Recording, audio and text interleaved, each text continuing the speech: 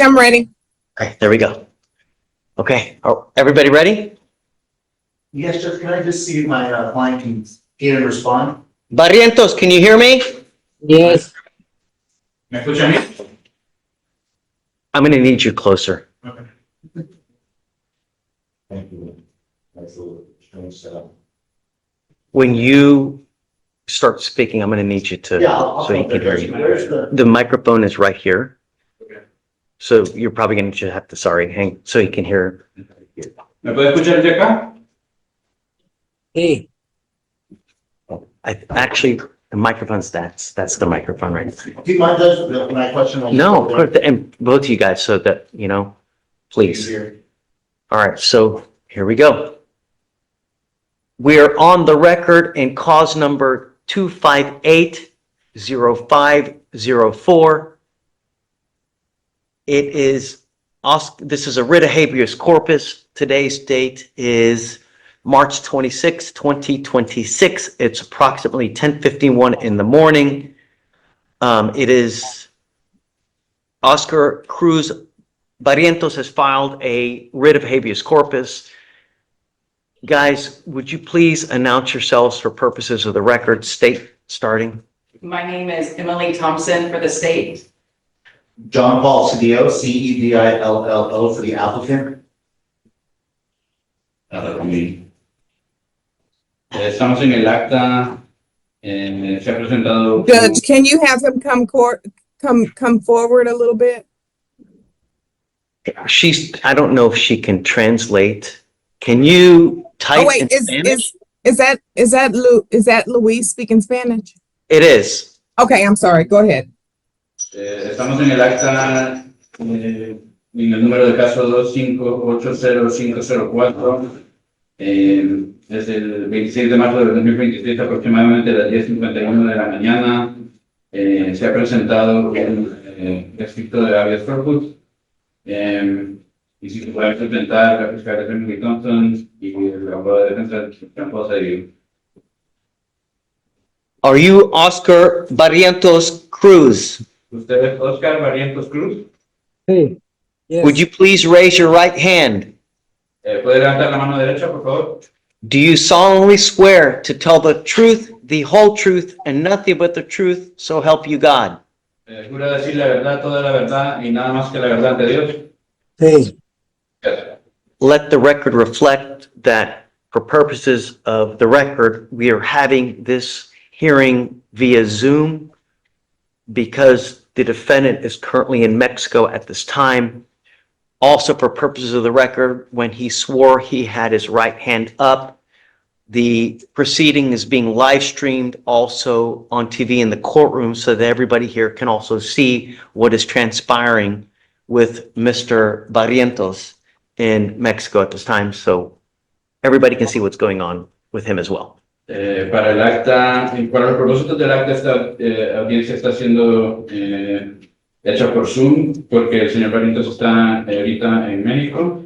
Para propósitos del acta también, cuando realmente tenía la mano derecha levantada, también está siendo mostrada en internet y entonces aquí todos podríamos observar también de que lo que está sucediendo mientras él está en México. I didn't realize that you were going to translate everything else. Otherwise, it wouldn't have been as long-winded. Okay. It's your writ, Mr. Cedillo. Yes, Judge.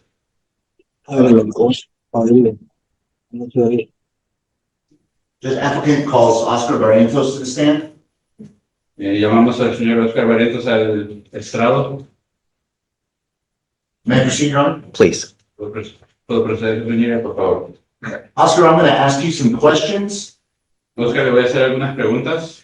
If you ever can't hear me or you don't understand, just let me know, okay? Si no me puede escuchar o no entiende, déjeme saber, ¿ok? Can you see me okay? ¿Me puede ver bien? No, I don't have the front camera Okay, showing. I understand. There's no camera. Can you hear me okay? Ok, entiendo, no hay cámara. ¿Me puede escuchar bien? Se oye como distorsionado. It sounds distorted. Okay, I'll try to speak loudly and clearly. Voy a tratar de hablar fuertemente y claramente. Okay. Okay. Okay, Oscar, I want to talk to you about an arrest that occurred in 1986 in Houston, Texas. Do you have a good memory of that arrest? Vamos a hablar acerca de un arresto, Oscar, que sucedió en 1986 en Houston, Texas. ¿Tiene una buena memoria de ese incidente? Sí, sí, pues cuando me llevaron a la corte, la primera vez me dijeron que si tenía abogado, Ah, y yo les dije que no. Digo, bueno, otra vez vienes, si no traes abogado, te vamos a poner uno de la corte. One Yeah. second, Oscar. Yes, because when I was arrested and taken to court, I was asked if I had a lawyer. I told them no. They said that I would get a court-appointed attorney then. Okay, we're going to go through that in detail. So let's just answer the question that I asked, okay, Oscar? Vamos a repasar eso en detalle, entonces solo responda a lo que yo le pregunte, ¿ok, Oscar? Okay. Ok. Okay, how many times do you remember going to court on that case? ¿Cuántas veces recuerda ir al tribunal en ese caso? 2. 2. Okay, the first time, was that close to the time you were arrested? La primera vez, esa ocasión fue una fecha cerca de cuando fue arrestado. No le escuché. Okay. Dígamela de vuelta, por favor. Could you repeat that, please? The first time you went to court, was it a few days after you were arrested? La primera vez que fue a corte, fue unos días después de que fue arrestado. Sí. Yes. Okay, what, if anything, were you told about an attorney when you went to court that first time? ¿Qué le dijeron, si le dijeron algo acerca de su abogado la primera vez que fue a corte? Me dijeron que tenía que tener un abogado, que porque no me podían acusar sin abogado. They told me that I had to have a lawyer because I couldn't be accused without a lawyer. Who told you this? ¿Quién le dijo eso? El juez. The judge. Okay, and then they reset the case. Okay, y luego le adelantaron el caso, la cita. Sí, me dieron la siguiente corte. Yes, they gave me the next date. Okay. Did you make any effort to hire an attorney? ¿Hizo algún esfuerzo para contratar un abogado? Sí, el problema es que en ese tiempo el trabajo estaba muy despacio y yo le dije, la segunda vez que fui, me dijo, no necesitas abogado, como quiera nomás te voy a poner una multa y ya te vas. Le dije, pero no tengo dinero. Dice, no, el dinero si quieres te voy a dar tiempo para que lo pagues y ya nomás vas a pagar ese dinero y ya te vas. Oscar, the interpreter's writing down everything you say, so please speak just a few sentences at a time, please. Oscar, el intérprete está apuntando o anotando lo que usted está diciendo, entonces diga solamente una porción o oración a la vez. Okay. Okay. Can you repeat what you said? ¿Puede repetir lo que dijo? Sí, que la segunda vez que fui a corte me dijo el juez que si tenía abogado, le dije que no tenía porque no estaba trabajando. The second time I went to court, the judge asked me if I had an attorney. I said no, I don't have any money. There's little work. Okay, and then what were you told about an attorney at that point? ¿Y qué le dijo entonces acerca de su abogado en ese punto, en ese entonces? En ese entonces me dijo el juez que supuestamente él me iba a poner uno de los de la corte. I was told by the judge that supposedly he would assign someone from the court to me. Were you ever assigned an appointed attorney? ¿Y le fue asignado un abogado de oficio? No, y No. al último me dijo el juez que no necesitaba abogado, que nomás me iba a poner una multa. At the end, the judge said that I didn't need a lawyer anymore, that he would just be giving me a fine. Were you ever told by the judge about your right to an attorney if you can't afford one? ¿Le informaron acerca de su derecho de tener un abogado si no puede pagar por su propio, de ser asignado uno de oficio? Pues, supuestamente el juez me iba a poner un abogado de los de oficio, pero al último me dijo que no necesitaba, que porque él nomás me iba a poner una multa. Le dije, pero yo no tengo dinero para pagar. Pero bueno, te voy a dar tiempo para que lo pagues. Ya fue todo lo que me dijo el juez. Ya de ahí me dijo, te voy a dar tiempo. One moment. Un momento. Supposedly I was supposed to get assigned a court-appointed attorney, but then the judge said I didn't need one and he would be applying a fine. I told him I don't have any money, and he said I would get time to pay. If the court had offered you counsel, would you, court-appointed attorney, would you have taken that? Si la corte le hubiera ofrecido un abogado de oficio, ¿usted hubiera aceptado? Pues sí, para no haber tenido problemas, pero nunca me dijo, o sea, el juez me dijo que no necesitaba, que nomás me iba a poner una multa y que si no tenía dinero, él me iba a dar tiempo para pagarlo. Y ya fue todo lo que me dijeron. Ya nomás pagué la multa y ya fue todo. Yeah, well, yes, to avoid any kind of problem, but the hearer said that he would apply a fine. I mean, and even if I didn't have money, that I would get time to pay. Okay, Oscar, please speak slowly for our interpreter if you can. Por favor, hable lentamente para la intérprete, por favor. My next question is, did you ever personally speak to the district attorney about this case? Mi siguiente pregunta es que si usted habló alguna vez directamente con los fiscales acerca de este caso. El único que me fue el juez. No me recuerdo del fiscal, ¿para qué lo voy a acordar? The only one was the judge. I can't really remember the I won't lie.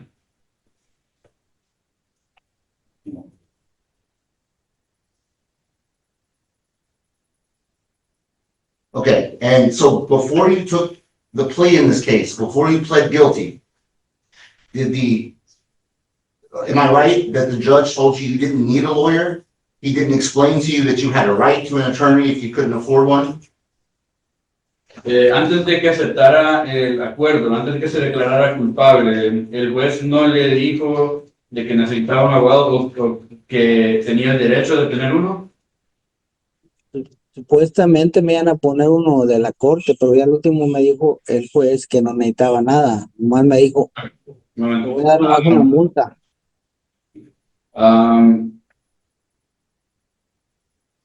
The interpreter needs Can you repeat that answer a little slower, Oscar? ¿Puede repetir esa respuesta un poco más despacio, Oscar? El juez me dijo que no necesitaba abogado, porque supuestamente ellos me iban a poner abogado. Dijo, no necesitas abogado, lo que vas a pagar nomás va a ser una multa y te voy a dar tiempo para que lo pagues. Si no tienes el tiempo, en el tiempo que te doy, si no tienes todavía para pagarlo, puedes venir a la corte y te doy más tiempo para que lo pagues, pero fue todo lo que me dijeron. Okay, so the judge said that they were supposedly going to assign a court-appointed attorney, but then he said I didn't need one. He said I didn't need one, that I would get assigned a fine. If I needed time to pay, I would get time. If I don't have enough by the time I have to, then they can give me more time to pay. We're gonna pass the witness. Oscar, the state is gonna ask you some questions. Please answer as openly and honestly as you've answered my questions. Vamos a pasar al testigo. Oscar, el Estado ahora le va a hacer preguntas, por favor responda honestamente, y como lo ha hecho conmigo. Pass the witness, Judge. Paso al testigo, pues. Okay. Hello, my name is Emily Thompson, and I'm going to ask you some questions. I represent the state.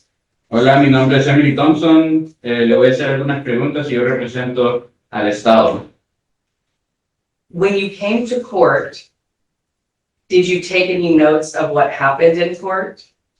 Cuando usted vino a corte, ¿usted tomó notas de lo que sucedió en la corte?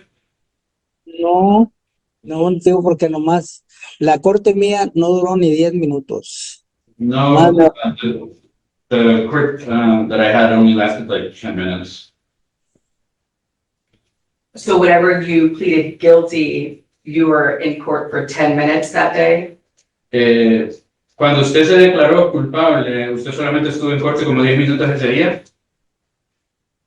No me declaré ni culpable ni nada porque el juez, no te digo, como te dije, nomás me dijo, tú, Óscar Barrientos, ¿traes abogado? No, ok, tú nomás vas a pagar la multa y ya fue todo lo que me dijo. No me dijo una otra cosa más y ya luego me sacaron de corte. Okay. No, I mean, I didn't plead guilty to anything. When I got there, they asked me if I had a lawyer. I said no. They said, well, you'll pay a fine, and then they kicked me out of the court. So do you remember one of the days where you came to court that you gave them your thumbprint? ¿Recuerda usted que uno de los días de que se presentó a corte, usted dio su huella digital del pulgar? No, No.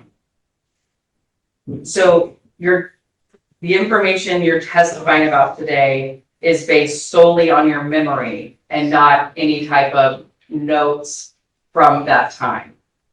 La información que está dando ahorita, el testimonio, es solamente de su memoria, no está refiriéndose a alguna notas de ese entonces.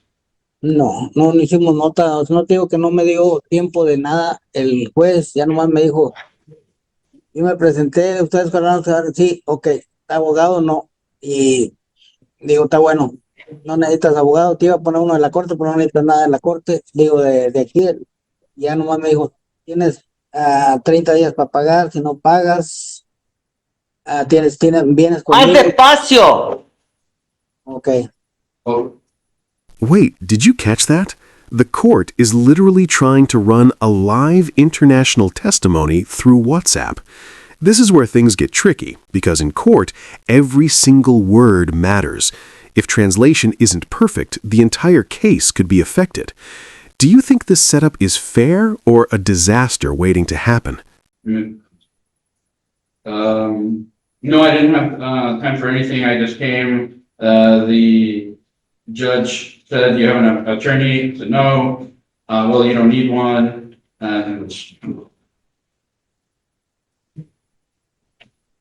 Did you sign any plea paperwork whenever you came to court? ¿Usted firmó documentos de un acuerdo cuando usted vino a corte? Sí, Yes. And I know you said you don't remember the DA, but before signing the papers, did you talk to someone about the plea from the state? Yo sé que usted mencionó que no recuerda al fiscal, pero antes de firmar el acuerdo, ¿usted habló con alguien acerca del acuerdo? no me acuerdo, ¿para qué te voy a decir? Pero casi nomás el que me habló fue el señor juez. I can't remember, I won't lie, but the only person that spoke to me was the judge. So you don't recall any talking about getting the enhancement removed as part of your plea? Entonces no recuerda, por ejemplo, hablar de haber quitado el aumento en el acuerdo, de la ofensa. No me acuerdo, ¿para qué te voy a decir? I don't remember. So we do have your thumbprint from that day you pled guilty. And Judge, I think we're gonna object to that. I don't think that that's, that we can take that as fact. So as soon as fact's not evidence, Judge, I think we've all seen that smudge, and I don't know that we can say that that's, in fact, my client's thumbprint. May I respond, Your Honor? We have a thumbprint that occurred on a judgment that has his name on it. And he's admitting that he was here and talked to the court on this day. And then in 2006, Fort Bend used this judgment to have an enhanced DWI third. And although I have not spoken to them, I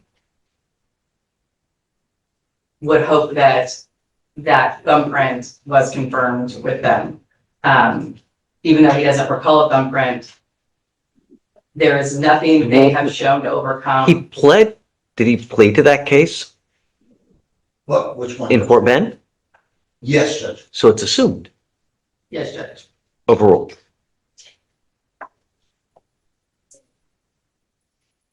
You said you do not recall giving your thumbprint, but we do have your thumbprint from when you were in court to plead guilty. And you're saying that you have no memory of it. Sé que usted dice de que no recuerda haber dado su huella del pulgar derecho, pero nosotros tenemos una huella del pulgar derecho en el caso al que se declaró culpable. ¿Usted está diciendo que no se recuerda de eso? No, ¿para qué te voy a decir? No me recuerdo de eso. Perdón. The interpreter requires a repetition request. Ask him, ask him. ¿Puede repetir lo que dijo que no le escuché? Que no me recuerdo de eso, de la huella. I don't remember that. No me recuerdo, me parece que nomás que firmé. I just remember that I signed. Did you read what you were signing? ¿Usted leyó lo que estaba firmando? No, No. Did anyone force you to sign it? ¿Alguien lo forzó a firmarlo? no, pues más me dijo el juez que firmara, era todo lo que me iba a dar, ya era todo. No, but just the judge told me to sign it, and that's the only thing he said. Did anyone I'm threaten? sorry. Repeat that last part. Just the, No, but the judge asked me to sign it. That's the only thing he said. Did anyone threaten you to sign the papers? ¿Alguien lo amenazó para que usted firme los documentos? ¿Cómo dices? Disculpa. What was that, sorry? Did anyone threaten you for you to sign the papers? ¿Alguien lo amenazó para que usted firmara estos documentos? El juez me dijo nomás que firmara los documentos y era todo y ya que me fuera. The judge just told me to sign the documents and that was it, and to leave. And whenever the judge asked you questions in court, did you answer his questions? Cuando el juez le hizo preguntas en corte, ¿usted respondió esas preguntas? Mira, la segunda vez que fui a corte, lo único que me dijo el juez que no iba a necesitar abogado porque lo que me iba a dar era una multa y que me iba a dar tiempo para pagar. Ya nomás dijo, firmas, ya te puedes ir.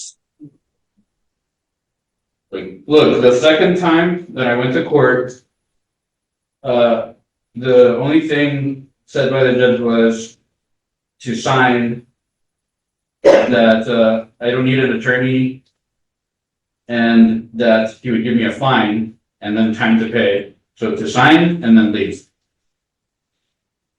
Did you tell the judge that you were confused? ¿Usted le dijo al juez de que estaba confundido? Es que en ese tiempo nomás me dijo firmas y ya te puedes ir. No, yo no me estaba muy joven, no me acuerdo exactamente. At that time, he told me to sign and then that I could leave. I was very young. I don't remember too well.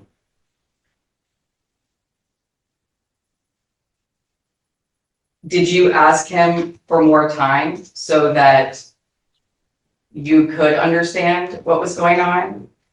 ¿Usted le pidió por más tiempo para que usted pueda entender mejor lo que estaba sucediendo? No, no, yo nomás firmé y ya me fui. No, I just signed and then left.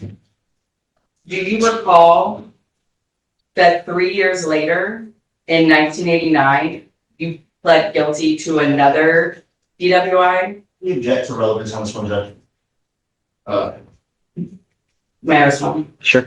The relevance is to show that in that DWI, he had an attorney, he pled guilty, and it went, I would assume the way it was supposed to. So he was on notice 3 years later of the proper process, but at that time did not decide to file a writ to complain of the fact that he did not waive counsel the first time. Okay. Overruled. Do you recall that 3 years after you pleaded guilty in the first case, that you pleaded guilty to DWI in 1989? ¿Usted recuerda que 3 años después de ese primer caso, usted se declaró culpable en 1989? Parece que sí. I think, yes. And in that plea, you did have an attorney, correct? Y en ese caso, usted sí tenía un abogado, ¿correcto? Parece que sí. It seems so, yes. And I'm sorry, go ahead. ¿Qué dice? En ese tiempo sí ya estaba trabajando. At that time, I was working. And so whenever you pleaded guilty with an attorney, you were able to see how a plea can go when you have an attorney, correct? En ese caso, cuando se declaró, cuando ya con un abogado se pudo ver cómo el proceso es correctamente, ¿verdad? Sí, pues el proceso ya lo llevaba el abogado, yo nomás me decía el abogado, fírmale aquí y ya es todo. Well, the attorney was the one leading that. I mean, he just asked me to sign and that was it. And do you recall that in 1989, you pleaded guilty to DWI second offender? Y recuerdo que en el 1989 usted se declaró culpable de manejar mientras intoxicado como segundo incidente. Sí. Yes. So at that time, did you not realize that you had pleaded guilty to a DWI in the past?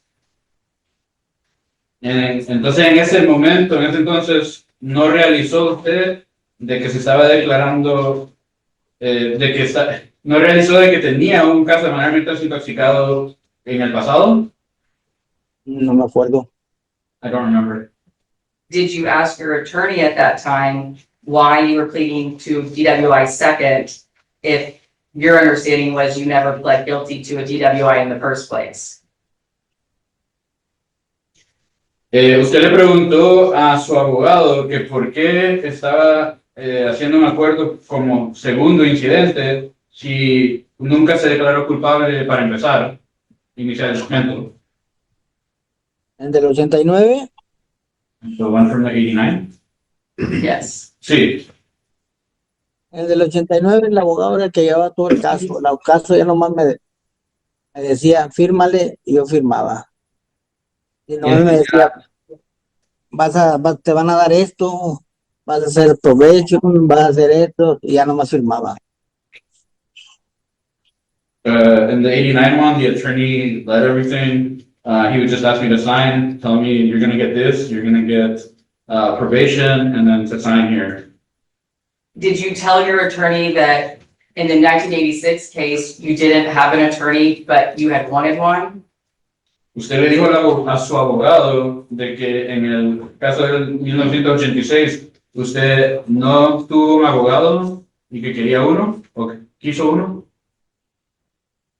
No, No. After pleading guilty in 1989, did you file any type of document claiming that the 1986 case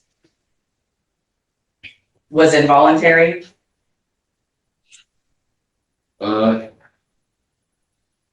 En el caso de 1989, después de que se declaró culpable, ¿usted presentó algún tipo de documento reclamando que en el caso de 1986 usted hizo la declaración involuntariamente?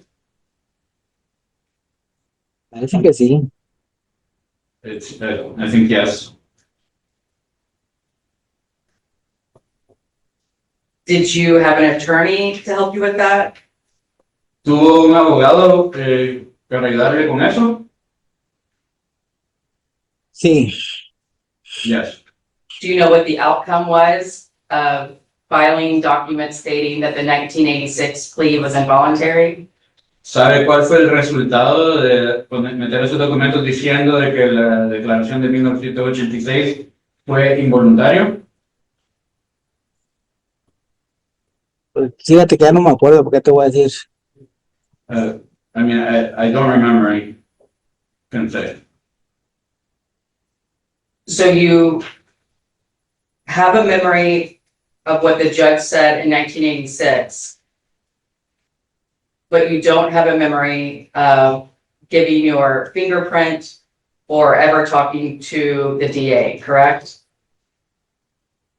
Sí tiene una memoria de lo que le dijo el juez en 1986, pero no recuerda haber dado la huella del pulgar o de haber hablado con el fiscal. No me acuerdo, ¿para qué te voy a decir? Del fiscal no me acuerdo. ¿Para qué I te voy a don't decir? remember. I don't remember what the DA. Pass the witness, Your Honor. Pasó el testigo. Nothing further from this witness, Judge. I have one question. Yes. Nada más. Yo tengo una pregunta. The felony DWI was in what year? I believe it was in 2006, Judge. And he had a lawyer in that case. Correct, Judge. Yes. And the felony, the pleadings had this DWI and that one? That's right. Are there any other DWIs other than that, those two, and then this one in Fort Bend? Any other existing or any other for that? At all, any other DWIs? I believe there was another one that I saw, but I don't know the disposition of that one because these ones used to enhance that felony are the only ones I focused on. Do you know, Emily? I made a note months ago, so I would need to look it up again when I check his criminal history. In 92, I have a DWI where he did 24 months probation, but the agency was supervision and corrections. And I don't know what that, like, it isn't clear that it was Harris County or what county it was. I could re-look it up to confirm, but I do have something that shows from 92 that there was a DWI where he got 24 months probation. So 86, 89, 92, and then 2006. That's what I have. That's right, Judge. Okay, all right. Argument, I guess. Right. Okay. You want to tell him thank you that he's done testifying? He's welcome to stay and listen if he wants. Gracias, eso sería todo por el testimonio. Si quiere se puede quedar para escuchar. Okay. Can we tell them to mute just in case? I'll mute him. Thank you, Judge. Okay. May I respond? This right here is huge. He's claiming he was denied his constitutional right to an attorney, and that's one of the most serious violations in criminal law. If what he's saying is true, this could invalidate everything that came after, even decades later. But here's the real question. Is his memory reliable after nearly 40 years? Or may I Sure. please the court? Judge, I'm going to go through the areas of law I think that are important. I know the court has gotten the information from the witness. I think Your Honor knows the basic argument here, but I'm going to try to hit the highlights. First, the reason this is important is because in 1986, this man who's, all due respect, advanced in age, was a young man. He was new to this country. He did not have a lot of job, money or means to afford an attorney. he was put in front of a judge on a DWI in this court, Court 5. I don't know if it was in this building, but in this court. And what he just described was basically a judge who was not concerned with his rights to counsel. He was told at first he qualified for an attorney. He came back to the court a second time, and the judge fulfilled the function of prosecutor, didn't guard his rights, and did not appoint him a counsel or inquire about his needs through counsel, as was already the law of the land in 1963 in Gideon v. Wainwright. So even though this happened a long time ago, he had a right to counsel. He was indigent. There should have been an inquiry done. That was completely eroded. If what he says is true, Judge, this is a constitutional abomination of a plea. Your Honor, no judge in this building would ever tell a defendant, you don't need an attorney. This is just a fine. Just, sign the paperwork, everything will be cool. If that's true, Judge, if this is a constitutional abomination, then the habeas gives Your Honor the ability to cure it, even though this happened many, many years ago, even though there's some file retention issues, which we'll mention.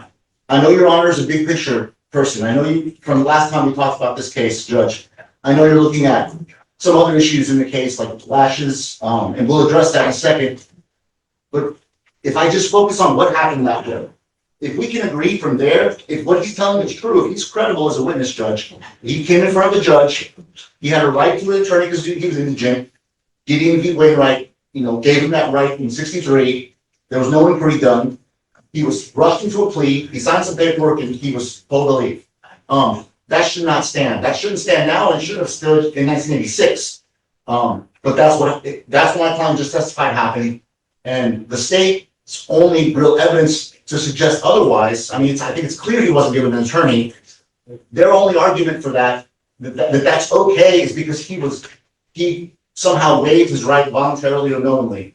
And I'll say two things on that. One is the only evidence of that is the checkbox that is on the plea paperwork. There's no signed waivers slip in court like how we have today, laying out his rights so that he could read and at least the Your Honor could rely on. Well, they put a document in front of him that he knowingly waived and signed his rights. You don't have that. There's just a checkbox, which I think might not indicate anything.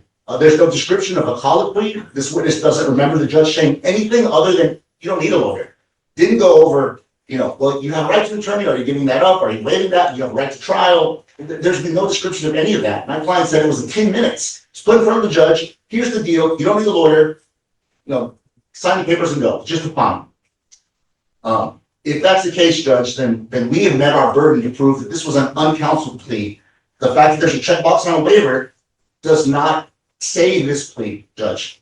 We have a prior judge who did not care about his client's rights, did not conduct a constitutional inquiry into his indigent status, and didn't secure his rights. So whether or not my client later on down the road accepted a DWI second, whether or not he accepted a felony and took those pleas, that doesn't make that 1986 plea okay. As a matter of fact, Judge Johnson v. Zerks, in the brief that we filed with the court, has a great line which I'd like to quote. But it says that every it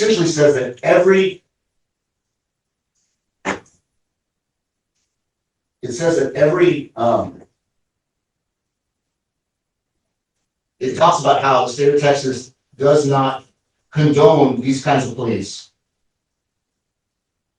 That Your Honor should be very careful about accepting the plea that's described in this case. Judge, I also prepared a brief which I filed, and it has, but Johnson v. Zerks is very clear in Texas law, Judge, that an uncounseled plea is an abomination and that it should not be used to enhance other pleas, which is exactly what happened to my client. So just because he has later accepted DWI second, accepted a felony, that does not mean that the initial plea, that doesn't bless the initial plea or say that that's okay. As a matter of fact, all it means is that we have further fights to fight in other courts, possible ineffective assistance claims, possible other claims about what should have been looked at in those cases. But the point is, Judge, that what's before this case is not what happened in Fort Bend. It's not what happened in Harris County a few years later. those cases just prove why this client is still suffering from the consequences of that 1986 plea. Because this But- snowball judge and the federal government and the state chose to use this conviction, which was 30+ years old, which they didn't have adequate records of. They chose to use it in 2006, when these records were already destroyed. And the federal government chose to use it when he came back to Mexico recently, against him. And so the fact that this is an old plea, the records are destroyed, should not be used against my client, because the state has chosen to relitigate and bring this old plea back up. And he has a right to have counsel look at the plea and see whether or not it's constitutionally sound. Emily? Yes, first, I received the bench brief right before we started, so I haven't had a chance to look at it, but I can respond once I have a chance to look at it further if you want a response to it. I'm going to start with just the writ in general and then talk about latches. So what we learned today is that he remembers some stuff that is important to his writ, but doesn't remember a lot of other stuff.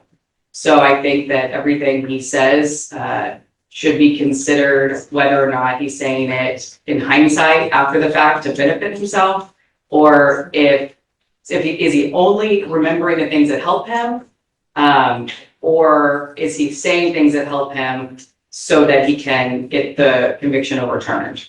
For instance, he remembers signing plea papers, which would be very helpful if we had those today to see. Did he possibly sign something that said, I am waiving counsel and I understand that I'm waiving counsel and I'm doing this voluntarily? We'll never know because of the passage of time. But also, the writ has to prove clear, affirmative proof to the contrary of an intelligent waiver of counsel. The record here is not silent. We have evidence that he intelligently, voluntarily waived counsel because of the checkbox on the judgment. So in order to overturn the conviction, he needs clear and affirmative proof that shows otherwise. And today's testimony just muddied the water more in terms of, was there a waiver? Because now we know that he did sign paperwork. We just don't know what it says because he didn't read it. And unfortunately, we don't, and now we don't have a copy of it because of the time that has passed.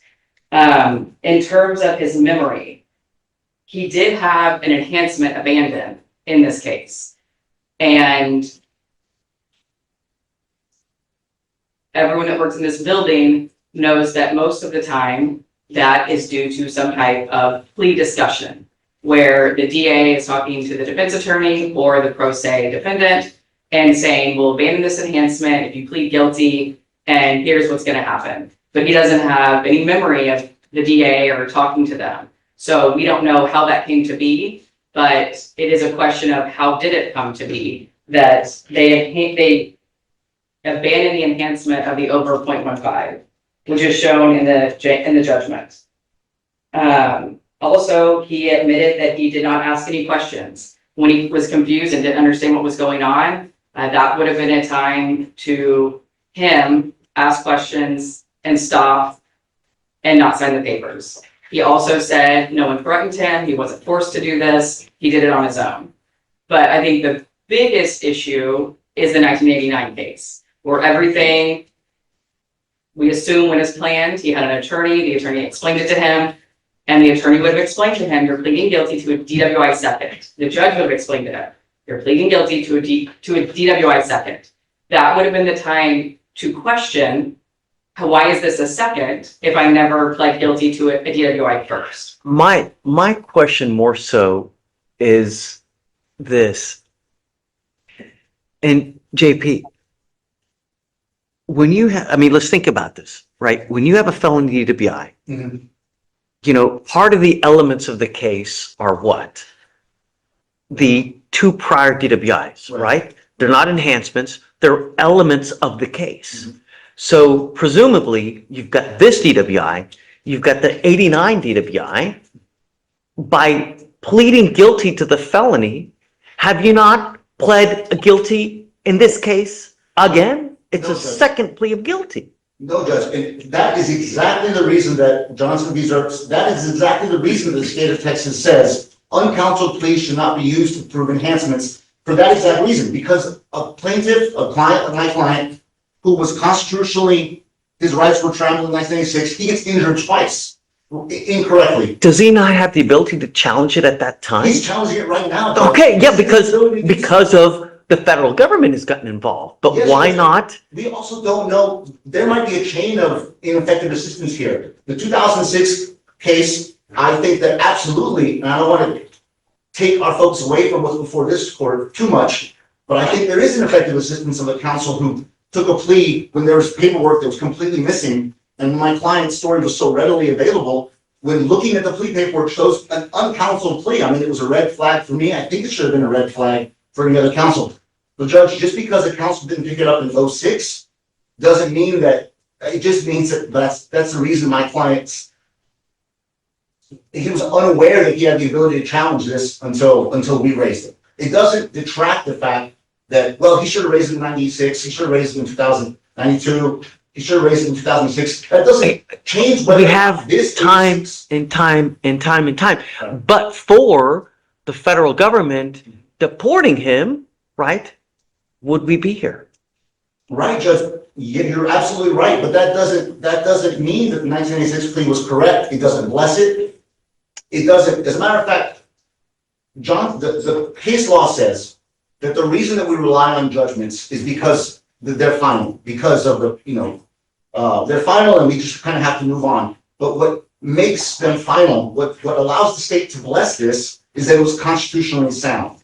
If it was not constitutionally unsound, if it was unsound in 1986, then there was no reason to uphold a final judgment. There was no reason to bless it with, well, it's been done.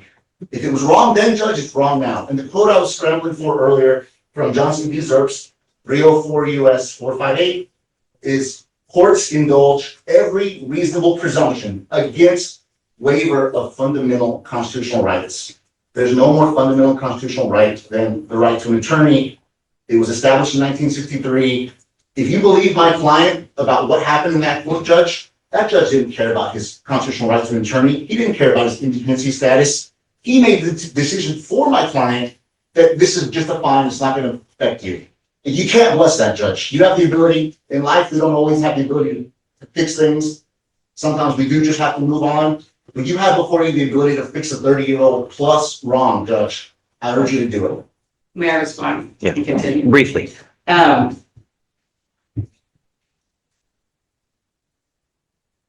The applicant's talking about unconstitutional pleas, but it's his burden to prove that this was an unconstitutional plea. And the only proof we have of that he is presenting, which the court can decide if it is credible, is the testimony of the applicant that in 1986, he remembers certain things that are helpful to him, but he doesn't remember other things. In particular, he doesn't remember giving his thumbprint.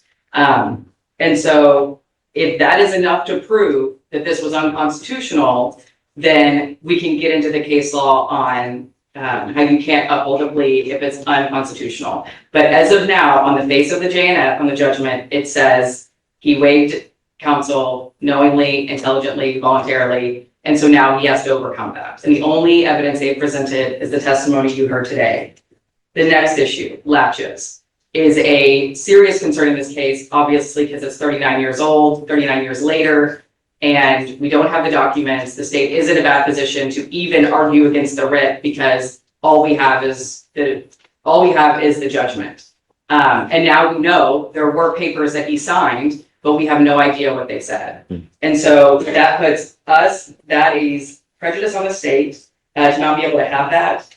And if this is overturned, there is no way we could try this case or prosecute this case based on evidence from 1986 that we have to figure out if it exists, figure out if the officers are still alive, figure out if the breathalyzer tech is still alive, all those type of things. And so that's why latches should absolutely apply in this case because he had multiple opportunities to raise the issue in 89, in 2006. He could have raised the issue and filed a writ, but did not. And so that's why this. Now this is the turning point. The judge is basically saying, if you admitted guilt later, how can you deny it now? This is where legal strategy meets reality. Is this a genuine injustice or someone trying to rewrite history? Drop your opinion below. Should a 40-year-old case still be overturned today? State's asking that you deny the writ. Judge, can I respond to those? I don't think I got a chance to respond to the last argument. Well, no. Let's do this because you filed a supplemental brief on it. And I Right. want to give her a second to look at it. So Right. why don't we take a couple days? Let's finish the argument. I mean, it's now, we've got a bunch of people waiting anyway. So today's Wednesday? Why don't we come back on Monday, take a look over that time and then, be ready and do like a final argument on that time. And then I'll rule on that day. Because I want to give you a chance to see the supplemental brief and then, Yes, thank you, Judge. okay? 10:30, Judge, same time? Same time, Monday. Yeah, okay? Thank you, Judge. Off the record. Okay. Thanks for being patient. Judge, Hey, on Ms. Durrani, she's been throwing a lot of things today. We're trying to work out scheduling. I know you said you want us to come back in a week. Is there any way we come back on 17th of April? That's in a couple of weeks, maybe 2.5 weeks, but that's the Why? next day. She's off work that day. She's already taking off work. And we're trying to figure out when she can pick these days. She's basically got her schedule